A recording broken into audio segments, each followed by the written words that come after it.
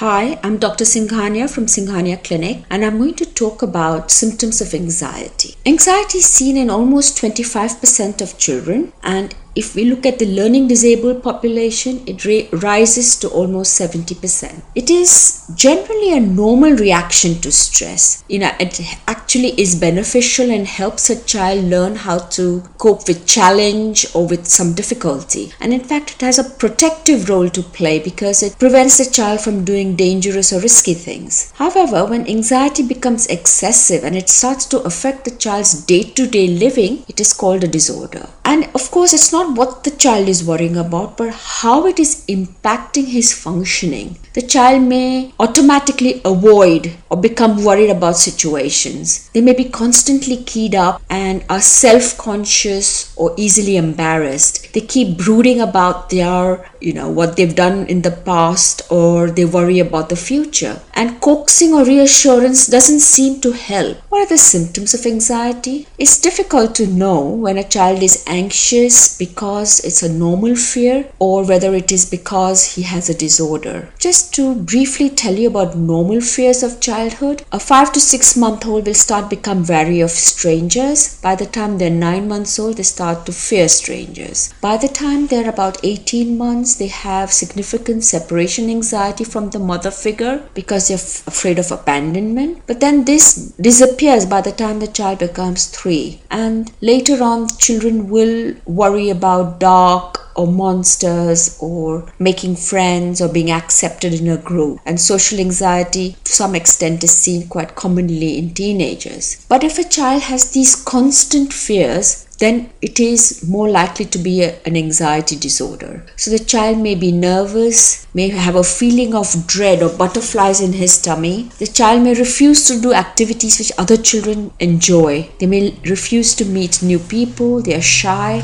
they may complain of stomach aches or headaches, or want to frequently go to the toilet. They may be very self-conscious, and like I said, they may worry that they are not competent or they cannot do things, or why did they do that in the past, and they become tired and irritable. There are other kinds of anxieties like selective mutism. Here, because of anxiety and nervousness, the child talks well at home but will not talk in school or outside to other people. So often a school refers a child who is not talking in the classroom at all for months on end and will not participate in the classroom. Then there is a separation anxiety, and this is when it is seen well beyond the age of 3 and 4. I've seen 12-year-olds who refuse to go to school because they are worried about abandonment and become separated from their parents. Then of course there is OCD and phobias and panic attacks. So the symptoms of anxiety would depend upon also the type of disorder they have. If you're seeking help, please visit our website www.singhaniaclinic.com or call us on the number shown below. Thank you for watching.